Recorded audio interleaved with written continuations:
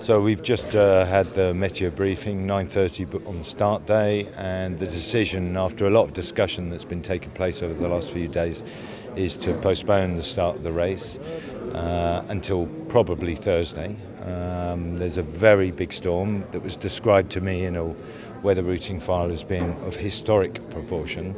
I think it's the wise decision. We've got so many boats here, so many different types of boat. We don't want to divide the fleet. I think it's best if we all set out together. So I think it is the correct decision.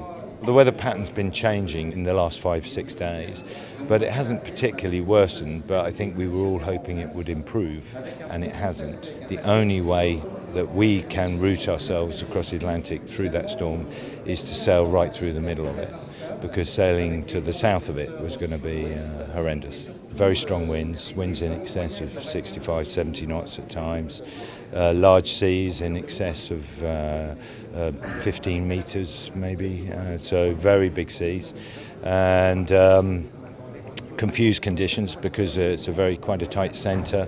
As the storm rolls across, the wind shifts 180 degrees, so you're then in a situation where you're trying to reach in 10 to 15 metre seas, and the boat will just be taking off. It's boat breaking conditions. It's the kind of conditions that just will destroy even the best found boat, and your only option is to slow down completely and just survive it. But of course, with the pressure of a race, it's very difficult to do that, and there's a great temptation to keep going. So it puts all the sailors in an impossible situation where on the one hand they want to compete, and on the other they want to survive.